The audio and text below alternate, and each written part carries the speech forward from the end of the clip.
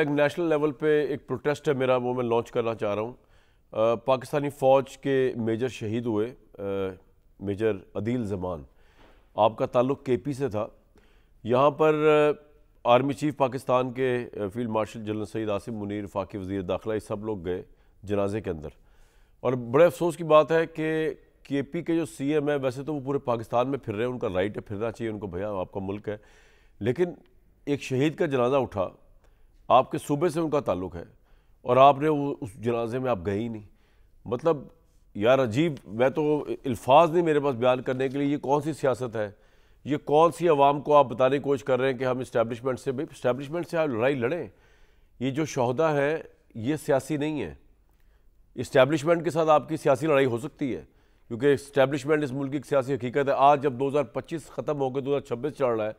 یہ اس ملک کی ایک سیاسی حقیقت ہے۔ 1951 سے جب سے ایوب خان کو وزیر دفاع بنایا گیا، یہ اس ملک کی ایک سیاسی حقیقت ہے۔ اس کو آپ مشکل گولی سمجھ کے نکلیں، یا اس کو آپ سویٹ گولی سمجھ کے نکلیں، یا آپ چاکلیٹ سمجھ کے اس کو چوسیں اور اس کے بعد نگلنا ہے آپ نے، انلیس کہ آپ کے سیاسی لیڈرز جو تھے وہ اتنے سٹال واٹ آتے ہیں کہ وہ آ کے ان تمام چیزوں کو چینج کرتے ہیں۔ وہ کوئی ایسا نہیں آیا، فارچونیٹلی اور انفارچونیٹلی۔ تو کہنے کا مطلب ہے، ایک میجر جو ہے، ایک کیپٹن جو ہے، ایک سپاہی جو ہے، ایک کرنل جو ہے، جو بارڈرز پہ شہادتیں دے رہے ہیں، آپ کے صوبے، لوگ آپ کی طرف دیکھتے ہیں کہ یہ جس صوبے کو ڈیفینڈ کرنے کے لیے، جس ملک کو ڈیفینڈ کرنے کے لیے یہ میجر شہادت دے رہا ہے، یا پاکستانی فوج جوان شہادت دے رہے ہیں، ان کا کیا جھگڑا یار، Imran Khan versus establishment vice versa? وہ جھگڑا بھی آپ نے شروع کیا، جو آج 2025 میں اس کی بازگشت سنائی دے رہی ہے۔ وہ جھگڑا بھی، یہ جو موجودہ آرمی چیف ہے، آپ ان کو جو چاہے کرٹیسائز کریں، بھائی آزاد ہے دنیا، امریکہ میں بیٹھ کریں، پاکستان میں کریں، جہاں چاہے آپ کریں، آپ کر سکتے ہیں۔ لیکن اس آرمی چیف نے تو نہیں کہا تھا کہ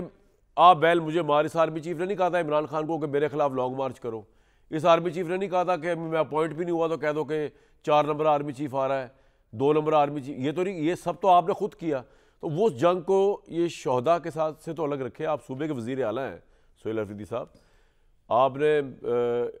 یہاں تو آپ کو لیڈ کرنا چاہیے تھا۔ آپ کو اس سے کیا تعلق ہے کہ فوج تو سب کی ہے، وہ خیبر پختونخوا کو ڈیفینڈ کرتے ہوئے شہید ہوئے میجر عدیل زمان جو ہے۔ بڑا یہ توجہ دلاؤ نوٹس تھا، باقی آگے آپ کی انسانوں کی مرضی ہے۔ بڑا انٹرسٹنگ انالیسز ہے 2025 کا۔ ایک تو یہ ہے کہ جی 2025 پورے کا پورا عمران خان کے گرد گھومتا رہا، ان کے نام رہا۔ یہ کل جو پینلسٹ میرے آئے ہوئے تھے وہ بتا رہے تھے، ان کی میجورٹی، ایون میاں جاوید لطیف بھی یہی کہہ رہے تھے، ارشاد بھٹی صاحب تو کہتے ہی یہی ہیں، اور مصطفیٰ نواز کھوکھر صاحب بھی یہی کہہ رہے تھے۔ لیکن آج جو میں سن رہا تھا بات بیرسٹر گوہر کی، ان کی بات سے تو تقویت ملتی ہے اس میری اسیسمنٹ کی کہ اس مقبولیت کا کیا فائدہ جب آپ جیلوں کے دھکے کھا رہے ہیں پورا سال، جب آپ پیشیاں بھگت رہے ہیں،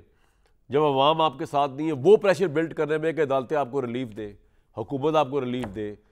ادارے آپ کو ریلیف دے۔ آپ کی حالت جو ہے، آپ پاپولر ہونے کے باوجود آپ کی حالت یہ ہے۔ سنوائے بیرسٹر گوہر نے کیا کہا، اس کے بعد میں بتاتا ہوں مزید۔ 25 جو ہے وہ ہمارے لیے نااہلیوں کا سال گزرا، دشمن کے ساتھ سیز فائر ہوا، لیکن ہمارا آپس کا تناؤ ختم نہیں ہو سکا، اور افسوس کے ساتھ 2026 بھی ایسا ہی لگ رہا ہے کہ وہ بھی نااہلیوں اور کنوکشنوں کا حال، جن کے پاس اختیارات ہیں، وہ بھی کوئی خدا کا ترس کرے، حالات پہ رحم کر۔ اتنا ضرور کہوں گا، آج ملاقات کی جو بیک ہم مانگ رہے ہیں، ہر مرتبہ ہم یہاں سے مایوس ہو کے واپس جاتے ہیں۔ میرے پاس خان صاحب کی کوئی ایسی ہدایات نہیں آئی کہ آج کے بعد بات چیت نہیں ہوگی۔ خان صاحب کے یہ اختیارات، یہ ضرور تھا کہ اسٹریٹ موومنٹ کرے، جو انہوں نے دورہ کیا ہے لاہور کا، یہ بھی ان کا پرسنل تھا، اس پہ پارٹی کی مشاورت نہیں تھی۔ بیرسٹر گوہر کہہ رہے ہیں یہ ہمارے لیے، تحریک انصاف کے لیے ہماری قیادت کے نااہلیوں کا سال تھا، ہم پہ ترس کریں، ہم آپ سے ملاقات کی بھیک مانگ رہے ہیں۔ ایک طرف پاپولر ترین لیڈر ہے، لیکن کیونکہ عوام سڑکوں پہ نہیں آئی ان کی رہائی پہ کا دباؤ ڈالنے کے لیے، تو آج بھیک والا معاملہ چل رہا ہے۔ اور یہ ایک صحیح یہ میں پچھلے 1.5 سال سے کہہ رہا ہوں کہ یہ پوزیشن ہوئی ہوئی ہے آپ لوگوں کی، کیونکہ آپ کو کمپرومائز کرنا ہی پڑے گا، اس کے علاوہ کوئی چارہ کار نہیں ہے، جو آج جس کا اعلان کیا چیئرمین گوہر صاحب نے۔ دوسری طرف نون لیگ والے شادیانے بجا رہے ہیں کہ الیکشن ٹریبیونل کے جج رانا زاہد محمود نے فیصلہ کیا ہے کہ نواز شریف صاحب اور جو الیکشن چیلنج ہوا تھا لاہور کا،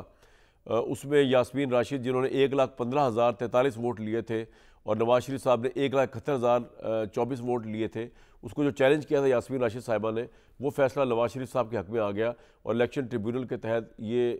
الیکشن ٹھیک ہوا تھا اور نواز شریف صاحب فاتحہ قرار پائے. تو کیا 2025 اور پھر آگے آنے والا 2026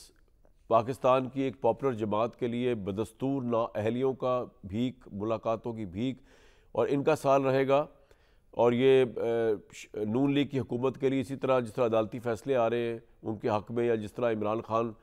کی بہنیں آج بھی بیٹھی ہوئی ہیں جیل کے باہر اور دال چھال کھا رہی ہیں اس وقت, پیدل مارچ کرنے کا ان کا پلان ہے, ڈیالہ کی طرف ملاقات نہیں کی جا رہی,